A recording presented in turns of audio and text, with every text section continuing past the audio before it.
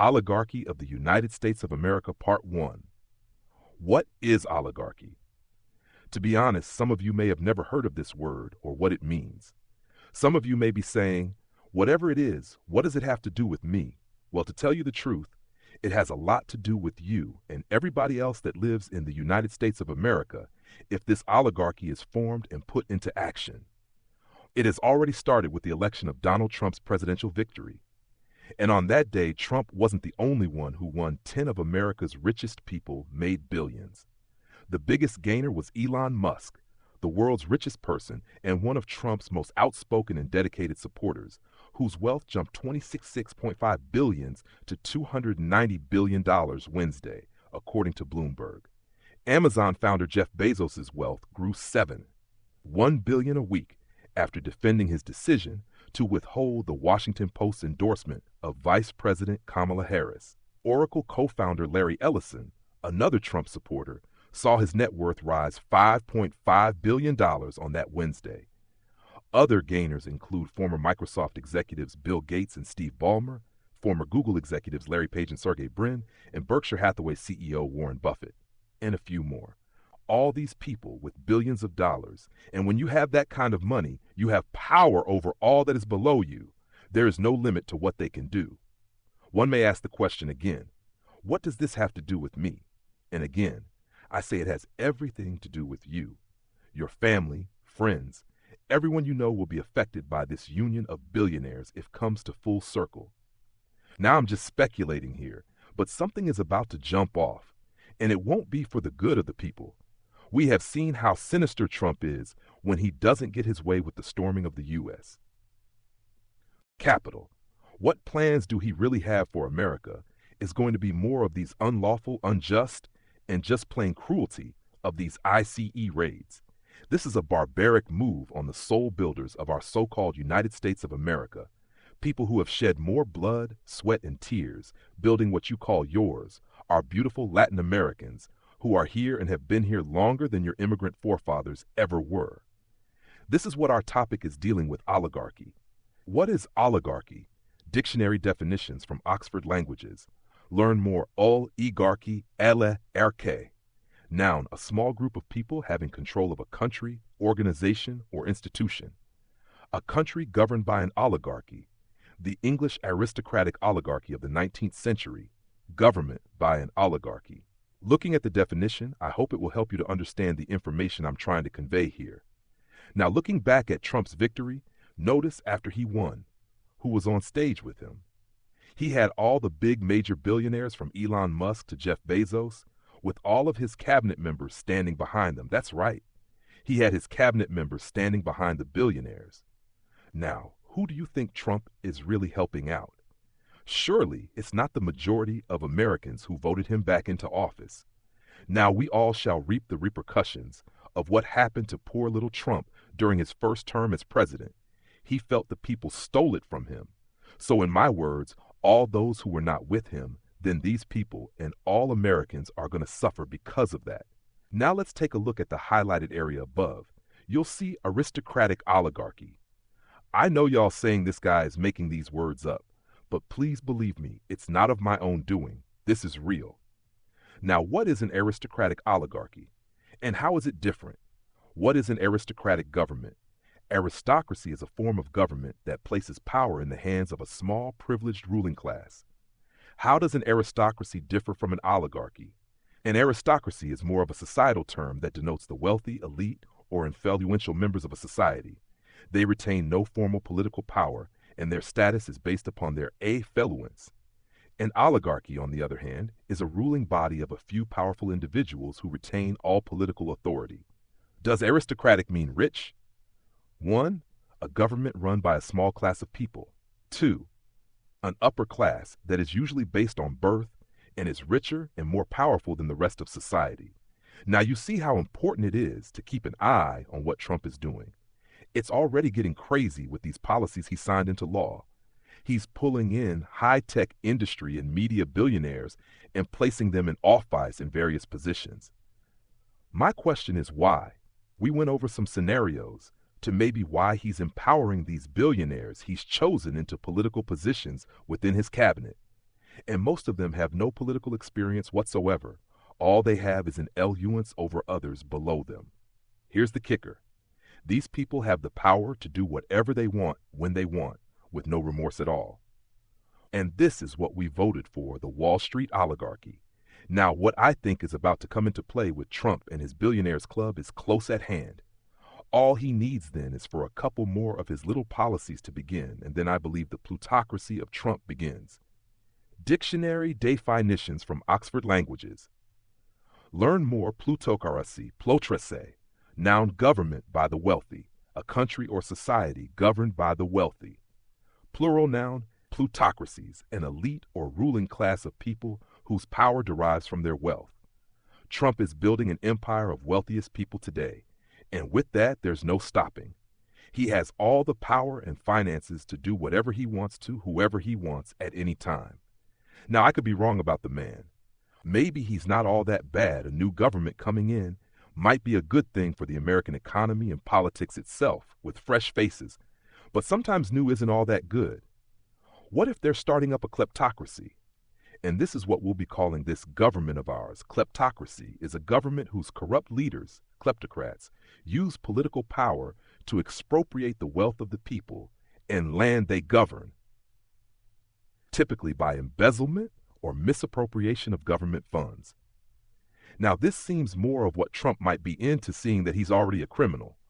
Now, he has a plutocracy full of kleptocrats.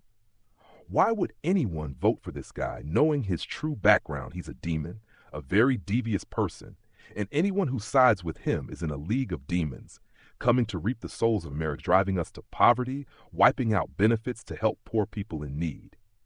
The Trump admin has paused billions in federal funding.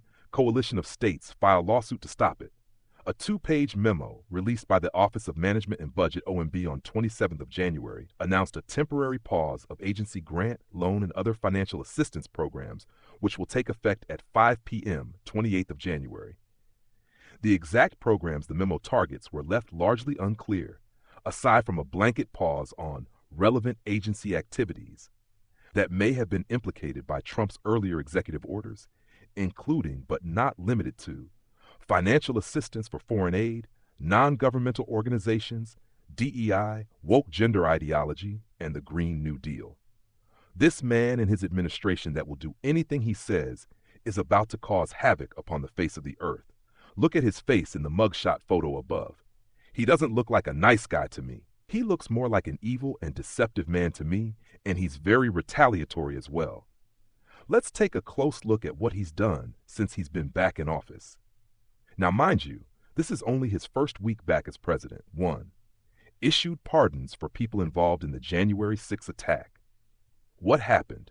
Trump issued presidential pardons for about 1,500 people who were involved in the January 6th attack on Congress, shocking even some of his allies. Those pardoned include more than 250 people who were convicted of assault charges, some having attacked police with makeshift weapons. What it means: far-right, racist factions will be emboldened. Their online chat groups have been full of celebratory chatter in recent days. After his release, one of the most serious offenders tied to the plot, Enrique Tarrio of the Proud Boys, indicated that he had rejoined the all-male group and sought retribution. 2. Left the World Health Organization and suspended foreign aid. What happened? The U.S. announced it would exit the World Health Organization, WHO, and suspended all foreign aid for 3 months. What it means: the move leaves critical humanitarian work in jeopardy and threatens the global fight against infectious diseases. Washington is the single biggest financial backer of the UN Global Public Health Agency. Lawrence Gostin, a professor of public health law at Georgetown University, said Trump could be sowing the seeds for the next pandemic. 3. Backed biblical Israeli claims to Palestinian land.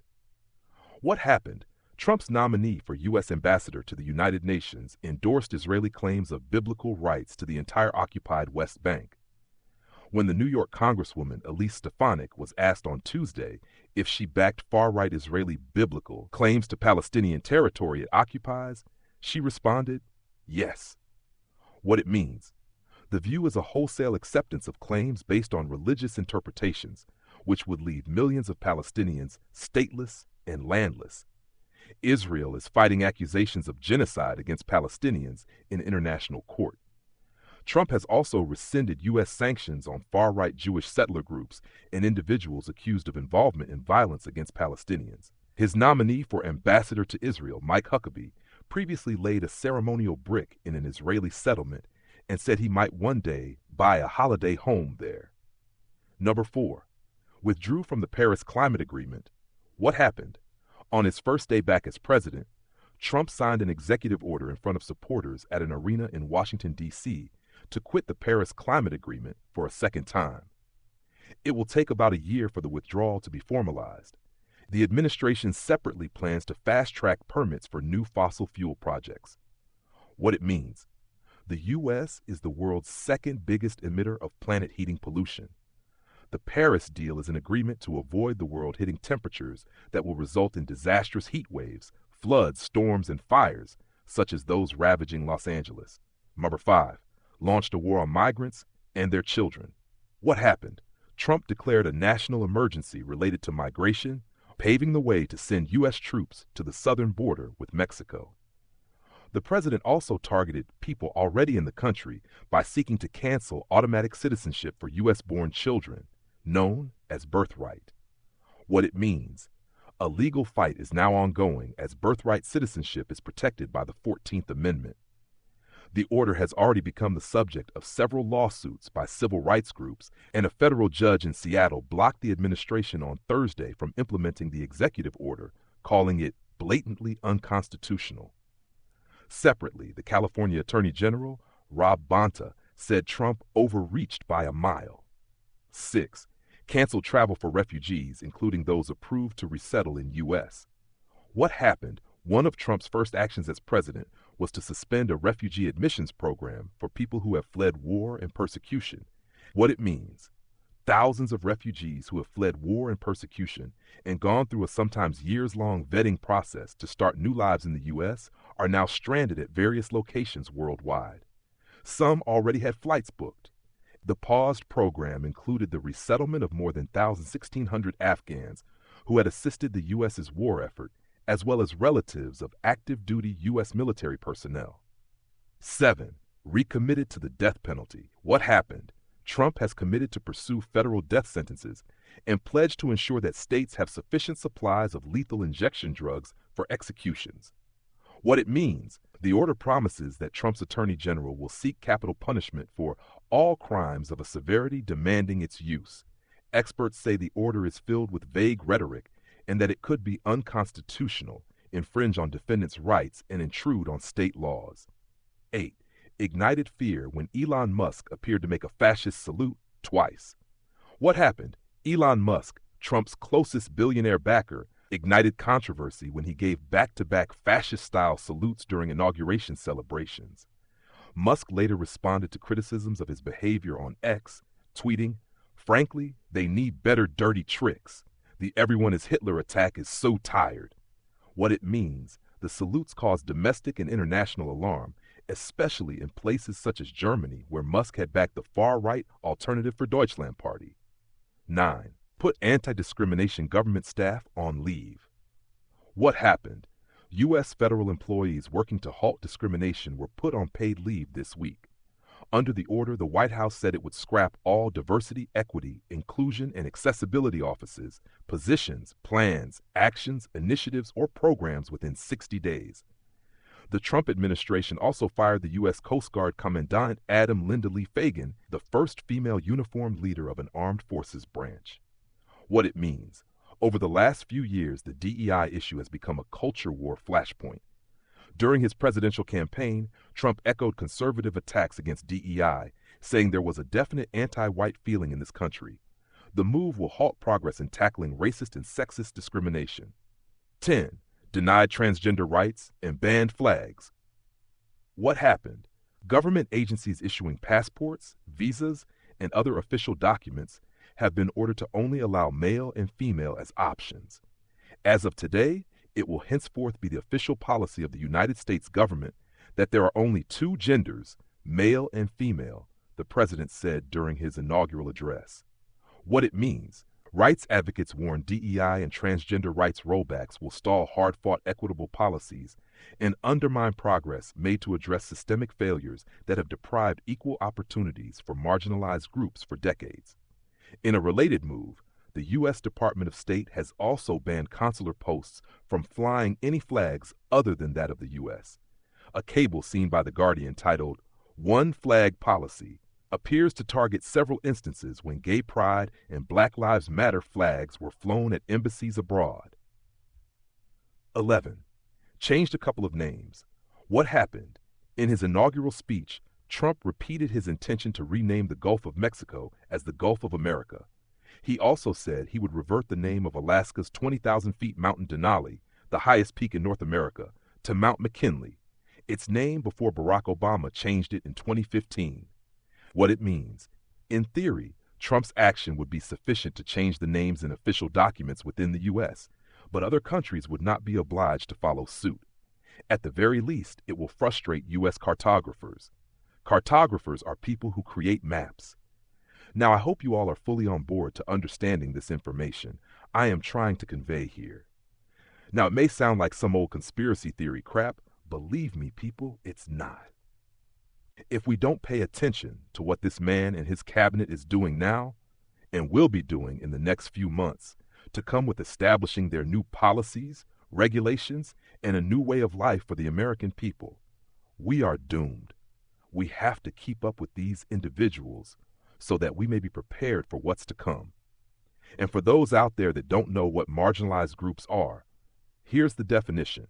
Marginalized cultural groups are communities or populations that experience systematic discrimination, exclusion, and disadvantage due to various factors like race, ethnicity, gender, sexual orientation, socioeconomic status, disability, or immigration status. They are often denied full participation in mainstream society and face barriers to accessing resources, opportunities, and power. Racial and ethnic minorities. Groups like Black, Indigenous, Asian, Latinx, and other communities of color who have historically faced discrimination and systemic disadvantages in areas such as education, employment, housing, and the justice system. This is just the beginning of what's to come. Are we headed for a much darker America? We see your true colors.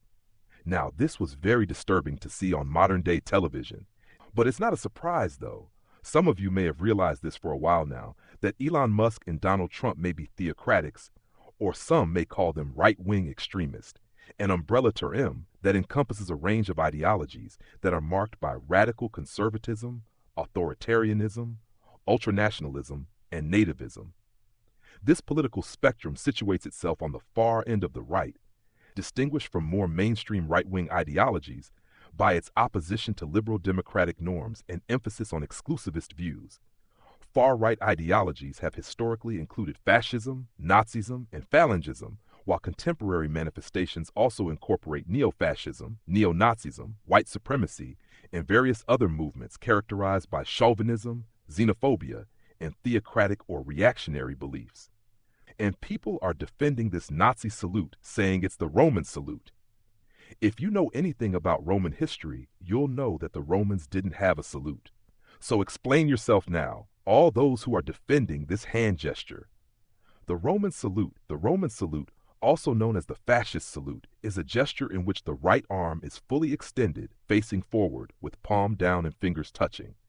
In some versions, the arm is raised upward at an angle. In others, it is held out parallel to the ground. In contemporary times, the former is commonly considered a symbol of fascism. According to an apocryphal legend, the fascist gesture was based on a customary greeting which was claimed to be used in ancient Rome. However, no Roman text describes such a gesture, and the Roman works of art that display salutational gestures bear little resemblance to the modern Roman salute. So, if the Roman didn't use such a salute, where did it come from? In 1919, D'Annunzio adopted the cinematographically depicted salute as a neo-imperial ritual when he led an occupation of Fiume. Through D'Annunzio's influence, the gesture soon became part of the rising Italian fascist movement's symbolic repertoire. In 1923, the salute was gradually adopted by the Italian fascist regime. It was then adopted as the Nazi salute and made compulsory within the Nazi Party in 1926 and gained national prominence in the German state when the Nazis took power in 1933. It was also adopted by other fascist far-right and ultra-nationalist movements. Benito Mussolini, the Italian fascist leader, popularized the fascist salute in the 1920s. However, Gabriele D'Annunzio was the first to use the salute in a political context in 1919. Mussolini's regime made the salute mandatory in 1925. The salute was adopted by Nazi Germany as a sign of allegiance to Adolf Hitler in 1926. Is this what's coming for us? A country run like Germany and the Americans. The new day.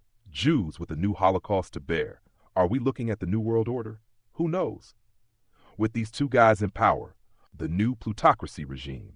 Let's meet the families. The Trumps, the Musks. The Trump family has been in the spotlight for as long as I can remember, with Fred Trump at the helm.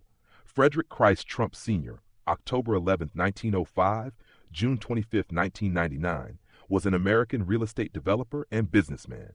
Father of Donald Trump, born in the Bronx in New York City to German immigrant parents, Trump began working in home construction and sales in the 1920s before heading the real estate business started by his parents, later known as the Trump Organization. His company rose to success, building and managing single-family houses in Queens, apartments for war workers on the East Coast during World War II, and more than 27,000 apartments in New York overall. Trump was investigated for profiteering by a U.S. Senate committee in 1954 and again by New York State in 1966. Donald Trump became the president of his father's real estate business in 1971. 2 years later, they were sued by the U.S. Justice Department's Civil Rights Division for racial discrimination against black people. Contradicting Donald Trump's claim that he built a multi-billion-dollar company using a small loan of $1 million from his father in 2018. The New York Times reported that Fred and his wife, Mary Trump, provided over $1 billion in 2018 currency to their children overall, avoiding over $500 million in gift taxes. In 1992, Fred and Donald set up a subsidiary which was used to funnel Fred's finances to his surviving children. Shortly before his death, Fred transferred the ownership of most of his apartment buildings to his children, who several years later sold them for over 16 times their previously declared worth. In 1927, Trump was arrested at a Ku Klux Klan demonstration. A group of defiant Ku Klux Klan members is accosted by police in Queens on Memorial Day 1927. There is no conclusive evidence that he supported the organization. From World War II onwards, to avoid associations with Nazism, Trump denied his German ancestry and also supported Jewish causes. So you see, Trump isn't a new player when it comes to crooked dealings in business. He had a very good teacher, his dad, and now we can understand why he's the way he is, hating everybody who's not like him. I don't care what anybody says. The man doesn't like blacks, Latinos, Jews, any people of color or different than he is. He's showing his true color, his true blood, that German blood. In early 1954, President Dwight D. Eisenhower and other federal leaders began denouncing real estate profiteers. That June, the New York Times included Trump on a list of 35 city builders accused of profiteering from government contracts. He and others were investigated by a U.S. Senate Banking Committee for windfall gains. Trump and his partner, William Tomasello, were cited as examples of how profits were made by builders using the FHA. The two paid $34,200 for a piece of land, which they rented to their corporation for $76,960 annually in a 99-year lease, so that if the apartment they built on it ever defaulted, the FHA would owe them $1.924 million. In 1966, Trump was again investigated for windfall profiteering, this time by New York State investigators. After Trump overestimated building costs sponsored by a state program, he profited $598,000 on equipment rentals in the construction of Trump Village, which was then spent on other projects. Under testimony on January 27, 1966, Trump said that he had personally done nothing wrong and praised the success of his building project. The commission called Trump a pretty shrewd character. Dictionary definitions from Oxford Languages. Learn more profiteering, noun. The practice of making or seeking to make an excessive or unfair profit. especially illegally or in a black market. So we can see the Trumps have been dirty businessmen and draft dodgers all their lives since they came here from Germany. So wait a minute, doesn't that make President Trump and his family immigrants? But now we see how Donald came to be such a shrewd, dirty dealing, backstabbing person he is. As stated, he had a good mentor, his dad, who gave him all the power. Donald joined his father's real estate business around 1968, initially working in Brooklyn. That year, Fred reputedly secured Donald a deferment from the Vietnam War by prioritizing maintenance for a tenant who, ostensibly in exchange, diagnosed Donald with bone spurs. In 1971, Donald became president of the company, with Fred becoming chairman. Donald began calling the company the Trump Organization around 1973. Donald claimed that his father had given him a small loan of $1 million, which he used to build a company that's worth more than $10 billion. An October 2018 New York Times expose on Fred Donald Trump's finances revealed that Fred created 295 income streams for Donald and concludes that the latter was a millionaire by age 8, receiving $413 million, adjusted for inflation, $483.6 million in 2023 currency, from Fred's business empire over his lifetime, including over $60, $7 million, unadjusted for inflation, $163.9 million in 2023 currency in loans which were largely unreimbursed. Do you see? This is how rich people hide their money. They make loans to their children, that way the money is a tax write-off for the giver. So with this man leading our country who's very skilled at lying, manipulation, fraud, profiteering, racketeering, and now you see he's nothing but a criminal, especially after his involvement in the Capitol riots, how can you sit here and honestly tell yourself he's the best for our country? The Oligarchy of the United States of America, Part 2, The Musk Family. Elon Musk, a mine owner, businessman, and politician. May Musk, a model and author. May's father, Joshua N. Haldeman, was a notable chiropractor, aviator, and politician who was a well-known proponent of technocracy. Geographically, the family has roots in England, Canada, South Africa, and the United States of America. Errol Graham Musk is a South African politician and businessman. His mother, Cora Amelia Musk, née Robinson, was British, and his father, Walter Henry James Musk, was a South African army sergeant who served as a cryptographer in a military intelligence unit in Egypt during World War II. Errol attended Clapham High School, where he dated May Haldeman, and the pair married in 1970. The family lived in Pretoria, where May worked as a dietitian and a model. Their first child, Elon Reeve Musk, was born in 1971, named after May's grandfather, J. Elon Haldeman, with the name Reeve after her maternal grandmother's maiden name. In the early 1980s, Errol built a lodge in the Timbavati Game Reserve to rent to tourists. In 1986, he acquired rights to the output of 3 Zambian emerald mines, though he did not own mines themselves. In interviews with Walter Isaacson, he explained, "If you registered it, you would wind up with nothing, because the blacks would take everything from you." He later referred to his wealth during Elon's teen years in an interview with Business Insider South Africa, saying he had so much money we couldn't even close our safe, and mentioned his emerald dealings. He once described his emerald mine as an under-the-table operation. On March 9, 1972, Musk was elected as an independent to represent Sunnyside on the Pretoria City Council. In 1980, he became a member of the Progressive Federal Party, the new official opposition formed in 1977, and ran as their Sunnyside nominee in the 1981 election. In 1983, his resignation from the PFP over its stance towards the constitutional referendum was front-page news for the ruling National Party's organ, Die Burger, which portrayed the opposition as divided. Musk rebelled against the PFP's call for rejecting the new constitution and cited his agreement with the New Republic Party's position that the tricameral parliament was a step in the right direction. Musk studied electromechanics at the University of Pretoria, worked as an electrical and mechanical engineering consultant, and developed properties, especially retail and office property development. His lucrative engineering business took on large projects such as office buildings, retail complexes, residential subdivisions, and an Air Force base. He also owned an auto parts store, at least half a share in an emerald mine, and even one of the biggest houses in Pretoria. In 1979, Musk and wife May divorced. Mae Musk, born April 19, 1948, is a model, dietitian, and author. She has been a model for 50 years, appearing on the covers of magazines, including a Time Magazine Health Edition, Women's Day, international editions of Vogue, and Sports Illustrated swimsuit issue. When Musk became an American citizen, she registered as a Democrat. However, after unnamed Democrats allegedly said that her son Elon is terrible, she thought the party was malicious and dishonest and changed to Republican. In October 2024, Musk made a post on X recommending Republican voters should commit fraud during the 2024 United States presidential election by voting under false names multiple times, purporting that Democrats were already doing so using illegals.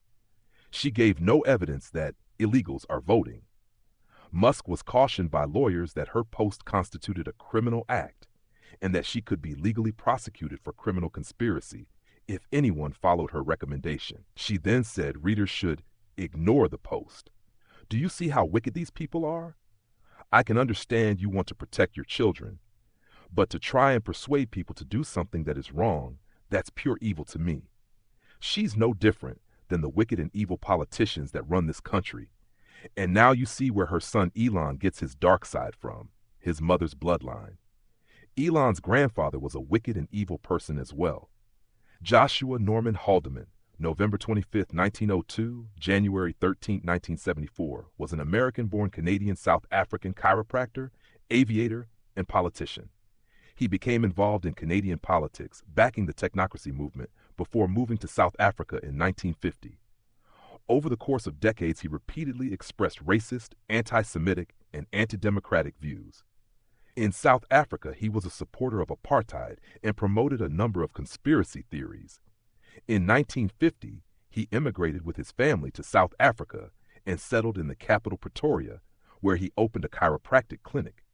He served as secretary of the South African Chiropractors Association, SACA, from 1952 to 1959, after which he was its president until 1969. Haldeman was a supporter of South Africa's apartheid policies and the ruling National Party of South Africa, telling a reporter for the extremist Die Transvaler newspaper, a tool of the Nazis in South Africa during World War II. Instead of the government's attitude keeping me out of South Africa, it had precisely the opposite effect. It encouraged me to come and settle here. In 1951, he wrote an article about South Africa for the Saskatchewan newspaper, the Regina Leader Post, defending apartheid and writing of black South Africans. The natives are very primitive and must not be taken seriously. Some are quite clever in a routine job, but the best of them cannot assume responsibility and will abuse authority. The present government of South Africa knows how to handle the native question.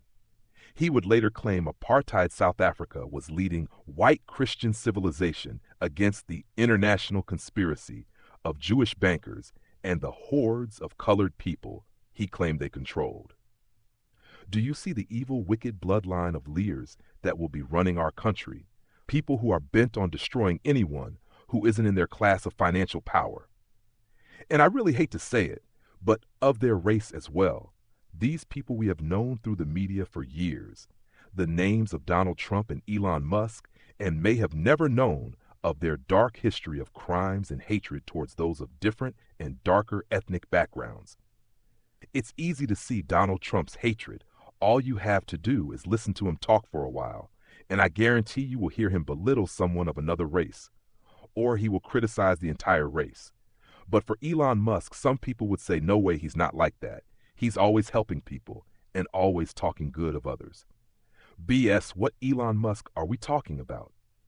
Elon Reeve Musk, born June 28, 1971, is a businessman and United States government official known for his key roles in the automotive company Tesla, Inc., and the space company SpaceX. He is also known for his ownership of the technology company X Corp and his role in the founding of the Boring Company, XAI, Neuralink, and OpenAI. Musk is the wealthiest individual in the world. As of January 2025, Forbes estimates his net worth to be $426 billion. In 2015, he co-founded OpenAI, a nonprofit artificial intelligence research company. The following year, Musk co-founded Neuralink, a neurotechnology company developing brain-computer interfaces, and The Boring Company, a tunnel construction company. In 2018, the U.S. Securities and Exchange Commission sued Musk, alleging he falsely announced that he had secured funding for a private takeover of Tesla. To settle the case, Musk stepped down as the chairman of Tesla and paid a $20 million fine.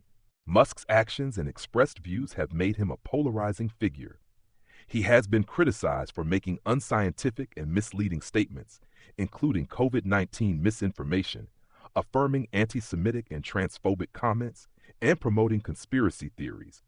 Musk has often been described as libertarian, but he described himself as politically moderate until 2022. Following the COVID-19 pandemic, his views have also been described as becoming more right-wing and conservative over time, sometimes being described as far-right. He has promoted conspiracy theories and made controversial statements that have led to accusations of sexism, anti-Semitism, and support of white pride. Musk has a history of accusations regarding transphobia. Critics also denounced his views and actions related to the COVID-19 pandemic.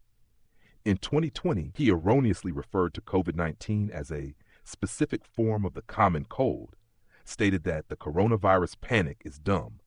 Beginning in the late 2010s, his political contributions have shifted almost entirely to supporting Republicans.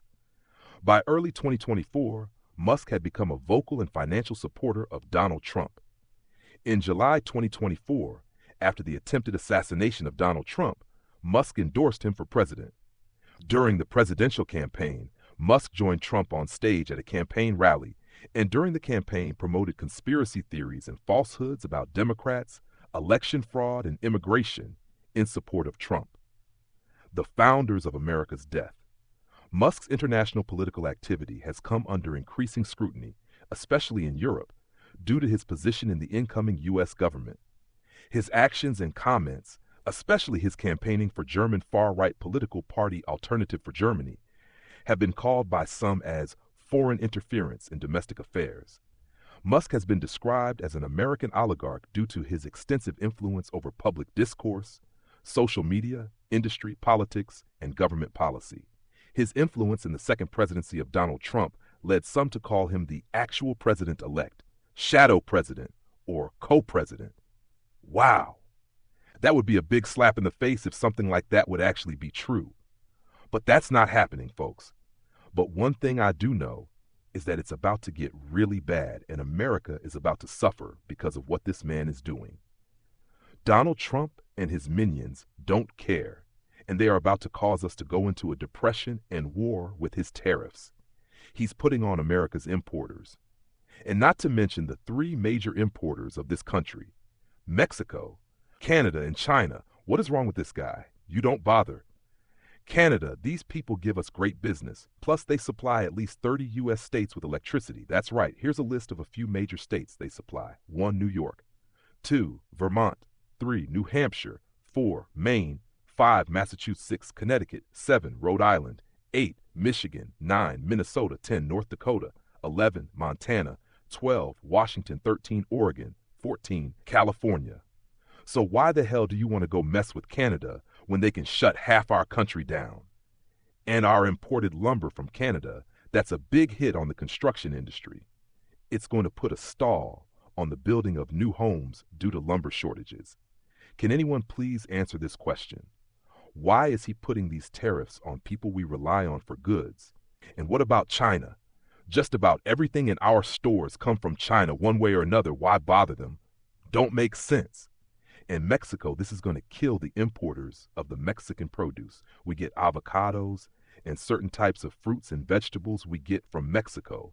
We won't be able to get because they're not being imported, or they are simply too expensive. And the next move will be with Trump doing these insane political moves. No other country is going to want to do business with the United States of America due to Donald Trump. It has already started to date. This is an X tweet from Canada's Premier Doug Ford on Trump's tariff. Starting today, and until U.S. tariffs are removed, Ontario is banning American companies from provincial contracts. Every year, the Ontario government and its agencies spend $30 billion on procurement alongside our $200 billion plan to build Ontario.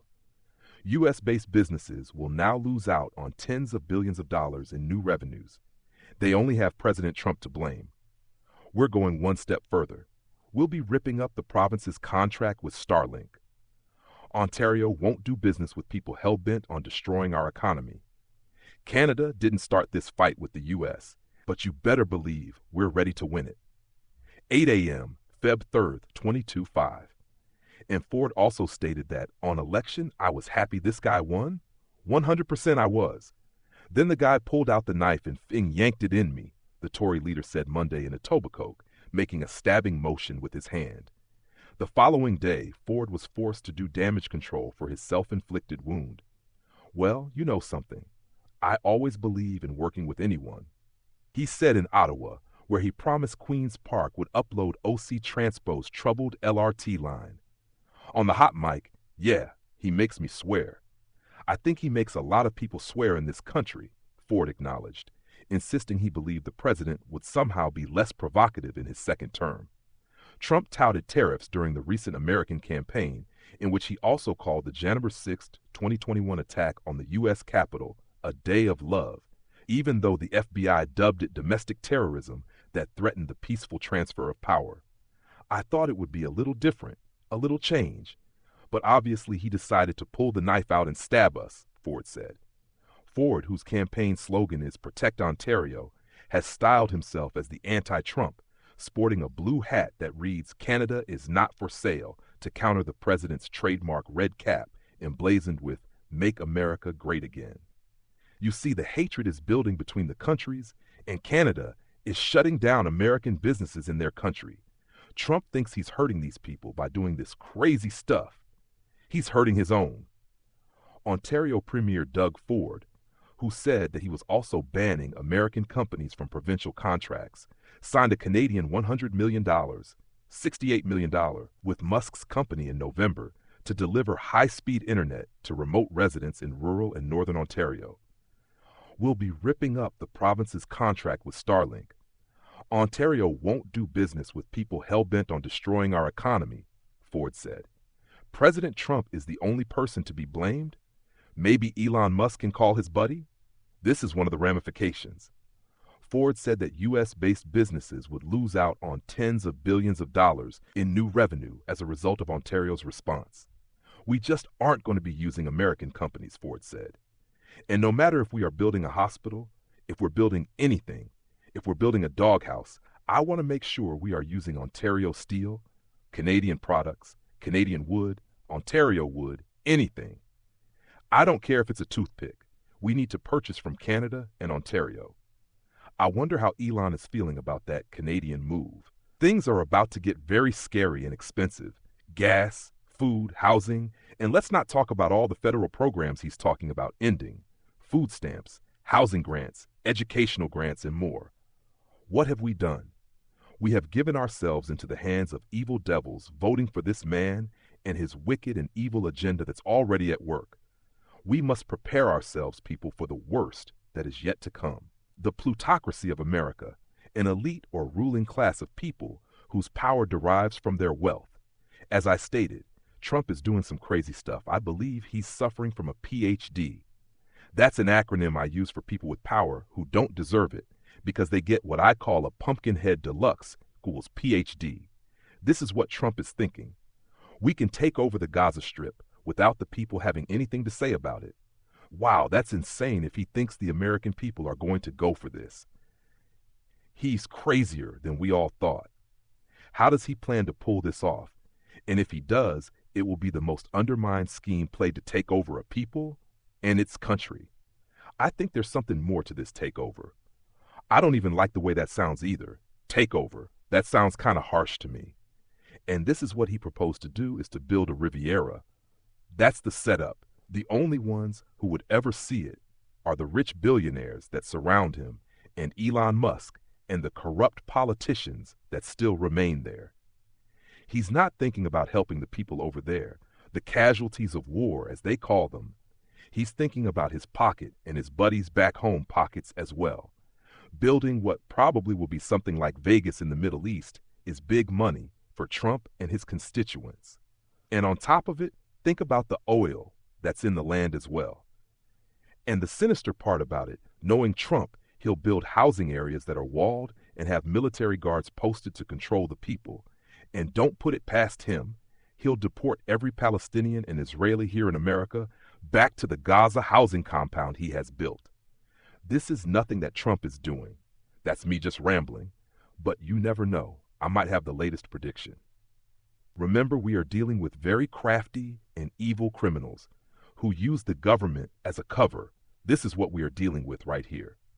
Kleptocracy is a government whose corrupt leaders, kleptocrats, use political power to expropriate the wealth of the people and land they govern, typically by embezzlement or misappropriation of government funds. A criminalized government led by these two men. But what they may not know, or they may know that sooner or later they will have to pay for whatever pains or sufferings they cause on the earth, they will be judged for it. It may not happen on this side, but on the other side, they will suffer in heaven for all the wrongs they've caused on the earth during their mortal life until they make all they've done right. Then they will be reconditioned and then resurrected into the second heaven. But for some, the soul is too far gone to be saved. That soul remains in its own hell in the first resurrection. OSB, Bible Book of Judgment, chapter 34, chapter 14, God judgeth the governments of man. 1. God said, when a man hath young children, he maketh just laws, in order to teach them discretion, justice, harmony, and consideration, in regard to one another. P. 787-2. But when his children attain to be men and women, man no longer holdeth a law over them, for they become his equals, as brothers and sisters. 3. Even so, in the ancient times, provided I thee, O man, with governments and laws for different nations and peoples.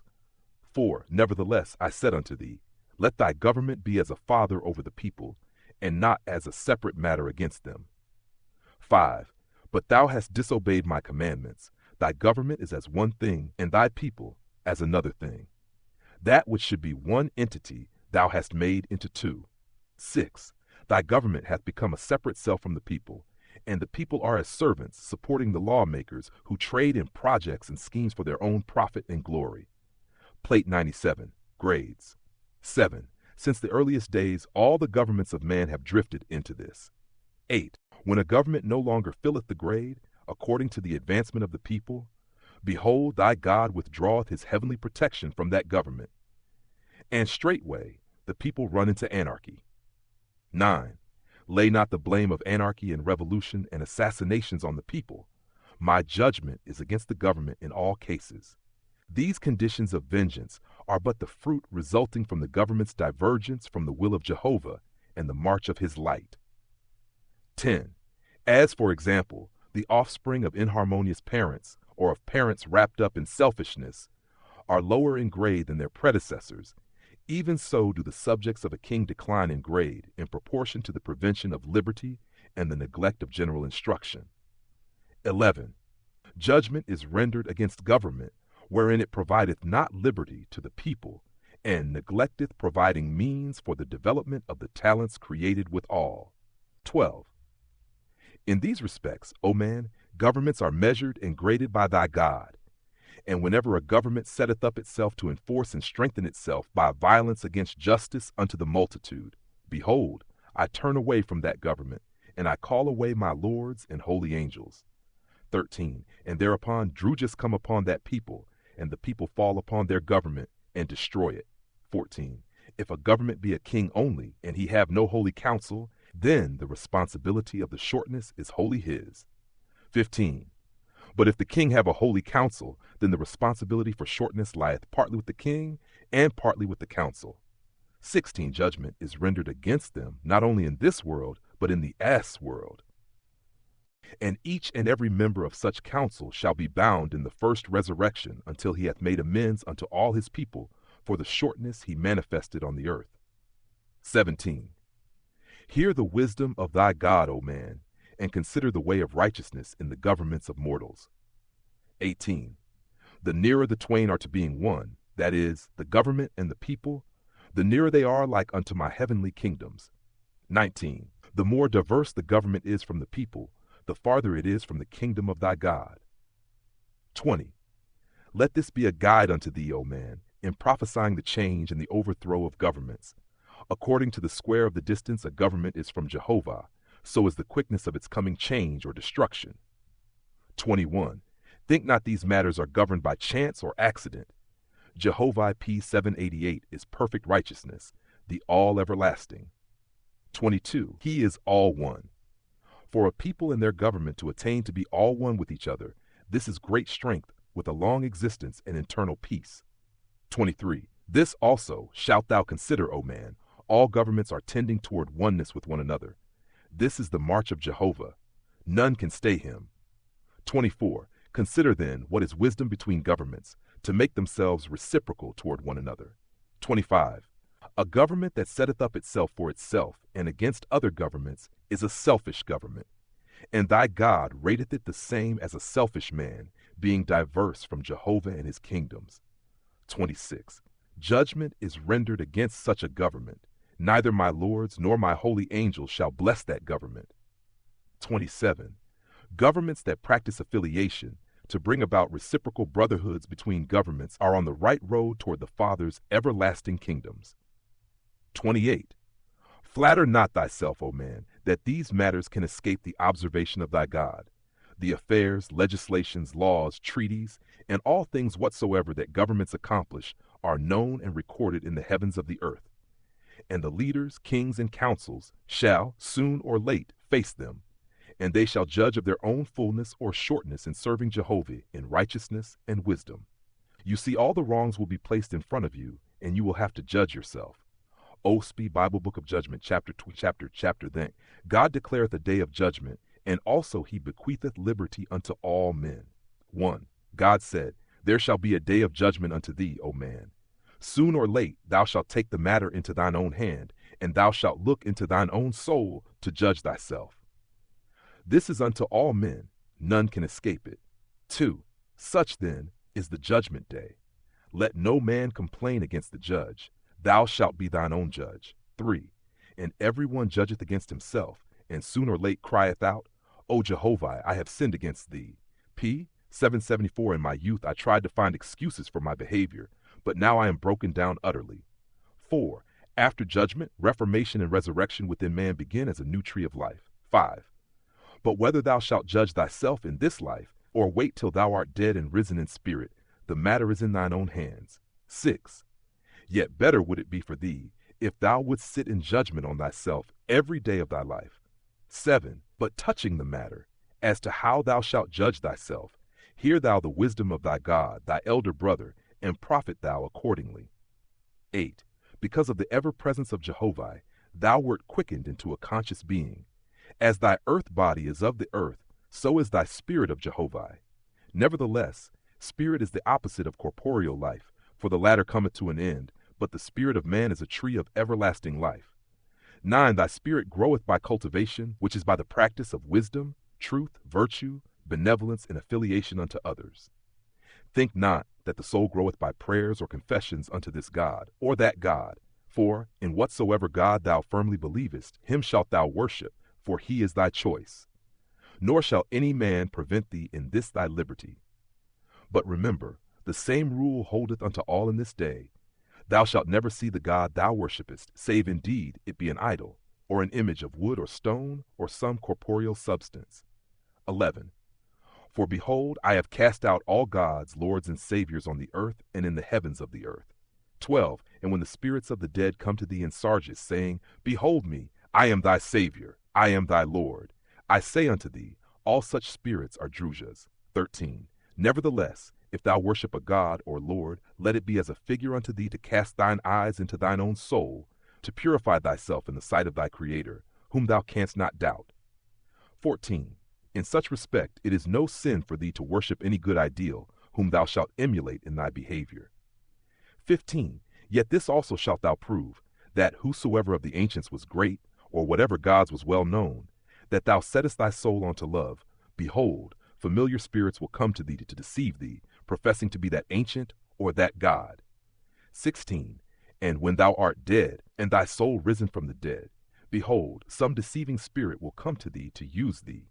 Neither shalt thou discover for a long season that thou hast been the dupe and slave of an unscrupulous master. 17. This day in the lower heavens there are millions of false Brahmas, millions of false Buddhas, millions of false Christas, and millions of false Gabriel gods. 18. Whosoever bindeth himself to these names whilst on earth becometh a fit subject for Drujas to fall upon when he entereth heaven. 19. Think not that great wisdom cometh suddenly by dying. In thy early entrance into the S-world thou shalt be easily deceived. 20. For which reason thou shalt school thyself every day of thy life, that thy Creator only is thy God, and that him thou shalt never see as thou seest a man or an angel, but that him also thou canst see every day in the glory of his works. 21. With this faith in thy soul, thou shalt die and enter heaven fearlessly, and when a pretended God or Savior cometh to thee asking tribute, thou shalt know of a truth he is false. 22. Now therefore, when thou judgest thyself, to determine the balance of thy good and evil deeds, and thy good and evil thoughts, let thy Creator stand as the light of thy soul, and through him judge thou thyself, but not as to thy worship, but as to thy works. 23. Neither shalt thou judge thyself by any God, or Lord, or Savior, or by any idol, or by any man or woman, for thou standest thyself second to Jehovah in thy attributes. It behooveth thee to make a God of thyself, in thy behavior, and in thy words and deeds. 24. Neither shalt thou judge thyself by any sacred book or any Bible in all the world, nor by the words within them purporting to be my words, or the words of any God, Lord, or Savior. 25. For I have abolished all such sacred books and Bibles and words and sayings contained in them, purporting to be my words and the words of any God, Lord, or Savior. Neither shalt thou bind thyself by them, nor judge thyself by anything that is written or printed in them. 27. But behold, I declare a greater glory, and judge unto thee in place thereof, which is Jehovah, thy Creator. 28. By him and through him shalt thou judge and be judged. 29. Books are maculate, but Jehovah never.